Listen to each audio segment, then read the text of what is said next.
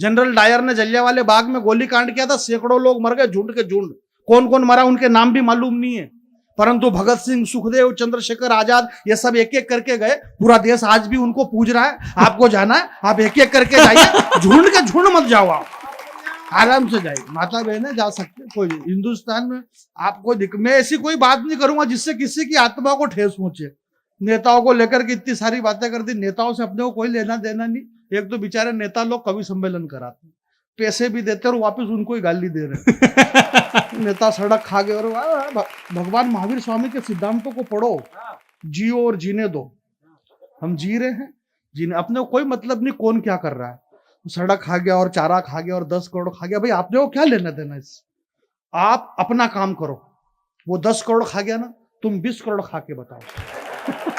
हंसने की बात नहीं, हम नहीं खाएंगे तो क्या करेंगे?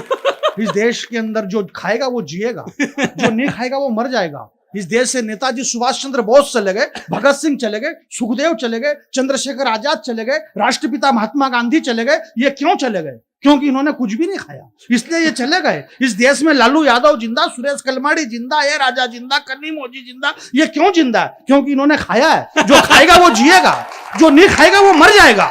इसलिए आप खाइए, कोई दिक्कत नहीं। और ये कौन चिल्ला रहा है कि खा गए? ये वही चिल्ला रहे जिसको खुद को खाने को नहीं मिला। भाई बेईमानी करना भ्रष्टाचार है, अन्याय है। अन्याय का मतलब क्या है? एक अन्य तरह की आय। भाई वो आय अपन प्राप्त कर रहे हैं, क्या दिक्कत है? आज से हजारों साल पहले भगवान वेदव्यास जी ने लिखा, तुलसीदास जी ने 500 साल पहले लिख दिया रामायण में।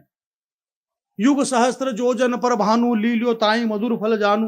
प्रभु मुद्रिका मेली में हनुमान जी ने बचपन में पूरा सूर्य मुंह में ले लिया था। 15 करोड़ किलोमीटर दूर इस पृथ्वी से सूर्य था।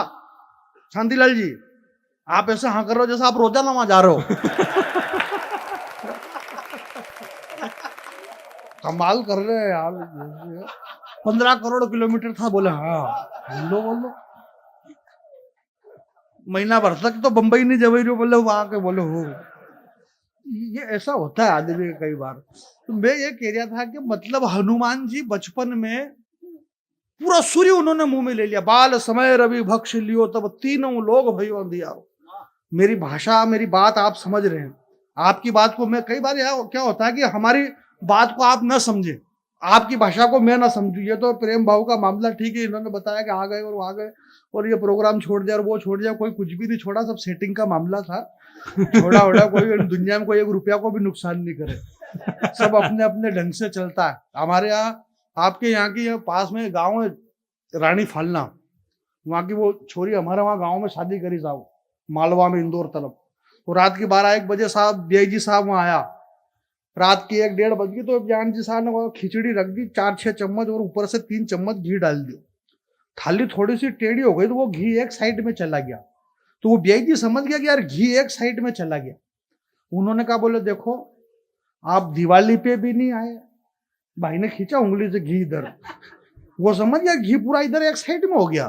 बोले आप दीपावली पे नहीं आए, आप दशहरे पे नहीं आए, आप राखी पे नहीं आए। 3 झटके में तो पूरा घी इधर आ गया। वो भी समझ गया घी उधर खींच लिया है ये। उसने कहा, बोले देखो DIG ये राखी, दिवाली, दशहरा सब शामिल ही कर लेते अपन, तो पूरा घाम घूम हो गया। तो सारा दशहरा, दिवाली सब मामला शामिल में ही है, आप इसको लोड मत लेना। जो हो रहा वो बहुत बढ़िया। मैं आपके बीच में ये कह रहा था कि धरती को बनाया जिसने बिछोना। आप इतनी देर तक अगर यहाँ पर बैठे हैं तो थोड़ा कुछ 2-4 मिनट में, बहुत छोटा कवि हूँ और छोटा इसलिए हूँ क्योंकि मैं पैदा बाद में हुआ तो छोटा हूँ, मेरी कोई गलती नहीं। अब ये बड़े हैं तो इसमें इनकी भी कोई बड़ी बात नहीं है। ये पहले पैदा हो गए इसलिए ये बड़े हैं, बाकी कोई खास बात नहीं है। मैं थोड़ा आपने शेक्सपियर को पढ़ा होगा। शेक्सपियर एक अंग्रेजी के बहुत बड़े राइटर थे। नहीं पढ़ा तो भी आप हाँ करो, उससे अपना स्टेटस मेंटेन होता है। शेक्सपियर कहते हैं जो दूसरों को हंसाता है वो कभी स्वर्ग में नहीं जाता है, बल्कि वो जहां जाता है वहीं स्वर्ग बना लेता है। तो दुनिया में हंसना बहुत जरूरी है। जिसकी हस्ती जिंदा है उसकी मस्ती जिंदा है, और जिसकी मस्ती मर गई उसकी हस्ती मर गई। और कई बार तो ऐसा लगता है कि बहुत सारे लोग तो जबरदस्ती से जिंदा है। इसलिए आदमी का हंसना बहुत जरूरी है, मेरा ये मानना है सर।